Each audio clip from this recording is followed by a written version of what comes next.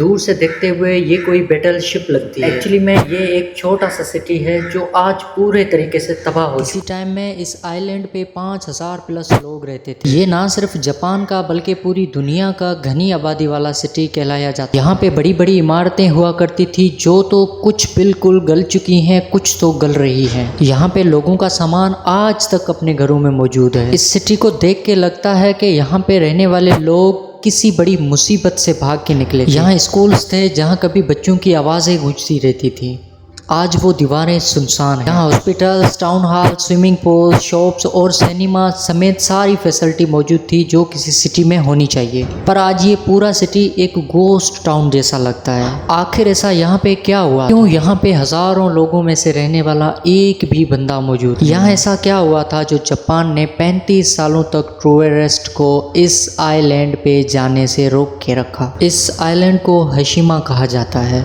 जो जापान के शहर नागासाकी से सिर्फ 15 किलोमीटर दूर साउथ चाइना सी में है। आइलैंड का शेप एक बैटल शिप जैसा लगता है। इसको निकनेम में बैटल शिप आइलैंड भी कहा जाता है। हिरोशिमा आइलैंड ने अपने वक्त में जापान को बूस्ट करने में बहुत बड़ा रोल प्ले किया। हिरोशिमा आइलैंड पे एक्चुअली में कोयले को माइनिंग किया जाता था। पिछले 150 सालों की हिस्ट्री में इस आइलैंड के करीब समुद्र के ठीक नीचे 1,65,00,000 टन कोयला निकाला गया। इतना कोयला जो पाकिस्तान को पूरे 10 मंथ तक इलेक्ट्रिसिटी प्रोवाइड कर सकता है। यहाँ से कोयला निकालने के लिए ज्यादातर हाथों का इस्तेमाल किया जाता था। अब कोयले की बढ़ती हुई डिमांड के साथ कोयले को जरूरी था बहुत जल्द से जल्द ज्यादा से ज्यादा निकाला जाए। हाथों से निकालना बहुत मुश्किल था। 19वीं सेंचुरी में मित्सुबिशी के नाम की एक कंपनी ने हिरोशिमा आइलैंड को खरीद लिया। उस टाइम मित्सुबिशी एक शिपिंग कंपनी हुआ करती थी। मित्सुबिशी ने आइलैंड खरीदने के बाद वहाँ पे कोयला माइनिंग करने के लिए पूरा सेटअप बना लिया। मित्सुबिशी ने यहाँ वर्कर्स के रहने के लिए कंक्रीट के घर बनाए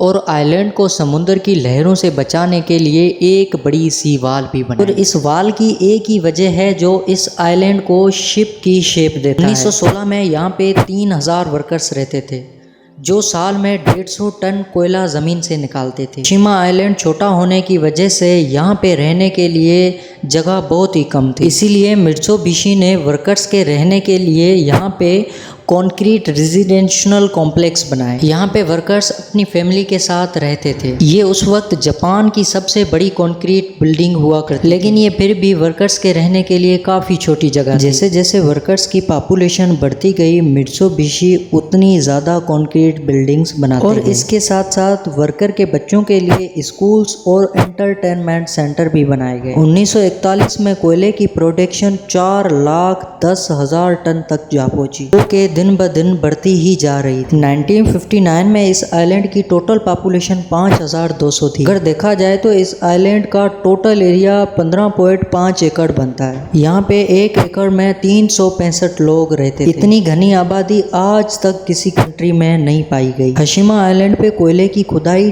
ठीक हिरोशिमा आइलैंड के 1 किलोमीटर नीचे से की जाती जिसका टेम्परेचर 35 डिग्री सेल्सियस और ह्यूमिडिटी 95% होती थी। यहाँ पे वर्कर्स का वर्क करना किसी बड़े खतरे से कम नहीं था। आइलैंड पे वर्कर्स का वर्क करने की सूरत में कई लोग अपनी जान से हाथ धो बैठे थे। वर्ल्ड वॉर 2 के दौरान और उससे पहले जापान, चाइनीज और कोरियन के कैदियों को फोर्सफुली यहाँ पे ले आया जाता था और उनसे माइनिंग करवाई जाती थी। आज तक पूरी दुनिया जापान को क्रिटिसाइज करती है। 1960 में हिरोशिमा आइलैंड अपनी पीक पे चल रहा था और जापानी इकोनॉमी को बहुत सारा फायदा हो रहा था, लेकिन एक और मुसीबत थी। ये वो वक्त था जब दुनिया में कोयल इंजन्स डाउनफॉल आना शुरू हो गए। कोयले को एनवायरमेंट नुकसानकार करार दिया गया और ऑयल ने कोयले को रिप्लेस करना शुरू कर दिया। कोयल के चलते हुए कोयले की डिमांड इंटरनेशनल मार्केट में कम हो गई। आहिस्ता आहिस्ता कोयले की माइनिंग भी बंद कर दी गई। हिरोशिमा आइलैंड पे एक तो माइनिंग करना वैसे भी बहुत मुश्किल था और मुसीबत थी हिरोशिमा आइलैंड पे समुद्री तूफान का आना जाना आम सा रहता था। इसलिए मित्सुबिशी ने 1970 में 2000 वर्कर्स को निकाल दिया या उनको दूसरी फैसिलिटी में भेज दिया। फाइनली 15 जनवरी 1975 में कंपनी ने ऑफिशियली हिरोशिमा को